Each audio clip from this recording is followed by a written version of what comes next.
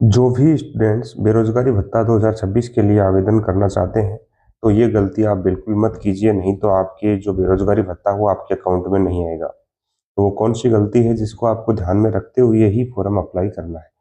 Form शुरू हो चुके हैं और वो है, देखो, लड़कियों को 4,500 रुपये मिलेंगे और लड़कों को 4,000 रुपये मिलेंगे।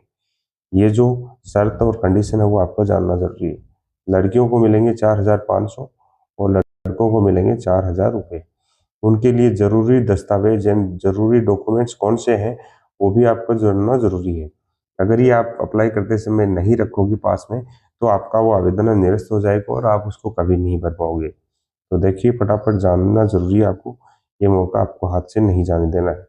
और ये जो भत्ता है वो आपको 2 साल तक परमानेंट मिलता है, तो इसका लाभ आपको अवश्य उठाना चाहिए। तो देखो कैसे क्या करना है, सर्वप्रथम इसको जानने की कोशिश कीजिए। फटाफट मैं आपको इसको एक्सप्लेन कर देता हूँ।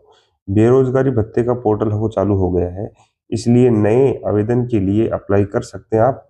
और अप्लाई करने के लिए लड़कियों के लिए 4,500, लड़कों के लिए 4,000 रुपये प्रति महीना आवेदन वो दिया जाएगा। नए बेरोजगारी भत्ते के आवेदन हेतु आवश्यक दस्तावेज क्या है, यानी आपको कौन कौन से कागज इसके साथ में लगाने होंगे, जिससे आपका आवेदन है उसमें कोई त्रुटि नहीं रहेगी और आपके 4,000 रुपये है वो, या 4,500 रुपये, वो आपके खाते में तुरंत पहुंच जाएंगे। तो इसके लिए एक तो आपको मूल निवास यानी राजस्थान का मूल निवासी होना चाहिए, ये दस्तावेज आपको बना करके रखना है। नया मूल निवास होना चाहिए। फिर 10वीं की मार्कशीट लगानी है आपको, 10वीं की मार्कशीट भी रखना है। और मैं बताने वाला हूँ इन डॉक्यूमेंट्स को आपको सभी को साथ रखना है, क्योंकि ये सभी स्कैन होंगे और ये स्कैन होने के बाद में ही आपका वो आवेदन वो अप्लाई हो पाएगा। फिर एक आपको स्नातक की मार्कशीट यानी बीएससी या बीए या बीकॉम आपने जो भी किया है उसकी मार्कशीट चाहिए कि आपको। एसबीआई की बैंक डायरी, एसबीआई बैंक की में आपका अकाउंट होना चाहिए खुद का, ठीक है। और इसके साथ में आपको क्या क्या जरूरी चीजें हैं वो देखो, इसमें नोट करते जाओ फटाफट, याद रख लेना। फिर आय प्रमाण पत्र चाहिएगा आपको, एक आय प्रमाण पत्र चाहिएगा जिसमें जो लिमिट दे रखी है उससे ज्यादा आपकी आय नहीं होनी चाहिए। साथ ही एक जाति प्रमाण पत्र, अगर एससी या एसटी से संबंधित है तो आपको जाति प्रमाण पत्र भी लागू होगा।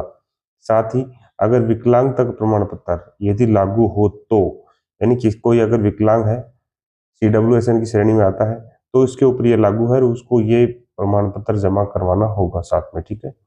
2 पासपोर्ट साइज फोटो चाहिए आय प्रमाण पत्र पर लगाने हेतु, 2 आपको पासपोर्ट साइज फोटो भी साथ में रखनी है। और इसके बाद में आपको क्या करना होगा, ये देखिए, ये सबसे महत्वपूर्ण जानकारी है। अगर ये नहीं होता है तो ऊपर की जो भी जानकारी है वो सब कुछ अधूरी मानी जाएंगी। क्या है वो जानकारी, देखिए।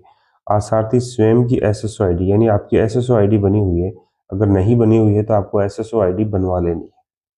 उसके पासवर्ड, ईमेल आईडी और मोबाइल नंबर ये सब आपको ध्यान होने चाहिए। और नहीं है तो एक पेज के ऊपर आप नोट कर लें और उनको साथ में रखें। जन आधार कार्ड के अंदर आपका नाम सेम वैसा ही होना चाहिए जैसा 10वीं की मार्कशीट के अंदर है। इसके साथ में एक योग्यता और आपको चाहिए, वो कौन सी है, तकनीकी योग्यता। इसमें आप या तो R S C I R T का कोर्स कर सकते हैं, या बीएड, बीएड किया हुआ है उसको भी मिलता है। R S C I R T का कोर्स कर रखा तो भी, या फिर आईटीआई कर रखी हो आपने, या फिर कंप्यूटर एप्लीकेशन से कोई एक कर रखा हो आप, तो इसके लिए आप पात्र होंगे, ठीक है। उसके बाद में ये देखो, सबसे महत्वपूर्ण बात, आसार्थी के यानी जो आवेदन करता है उसके क्या होंगे, सभी मूल दस्तावेजों को स्कैन किया जाएगा। यानी सभी मूल दस्तावेज आपको लेके जाने हैं, उनको स्कैन किया जाएगा। एवं आधार से मोबाइल नंबर का लिंक होना अनिवार्य है, यानी आपके आधार कार्ड से आपका मोबाइल नंबर लिंक होना जरूरी है, क्योंकि उसी के ऊपर वो ओटीपी जाएगा और उसी से आपका वो आवेदन है वो पूर्ण कंप्लीट हो पाएगा, ठीक है। तो इसके साथ में आपको ये जो शर्तें थी ये मैंने आपको बता दी, तो आप देख लीजिए फटाफट क्या क्या चाहिए। एक बार फिर से बता देता हूँ, मूल निवास, 10वीं की मार्कशीट, स्नातक की, एसबीआई की बैंक डायरी, आय प्रमाण पत्र, जाति प्रमाण पत्र, विकलांगता प्रमाण पत्र, 2 पासपोर्ट साइज फोटो और आपकी SSO ID, password, email, mobile number, जनाधार और तकनीकी योग्यता आपको मैंने बता दी। इन चारों में से कोई भी एक होगी तो आप उसके लिए आवेदन कर सकते हैं, ठीक है। इसके साथ में आधार से आपका मोबाइल नंबर लिंक होना जरूरी है।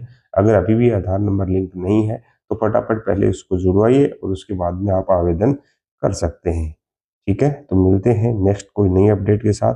तब तक के लिए धन्यवाद।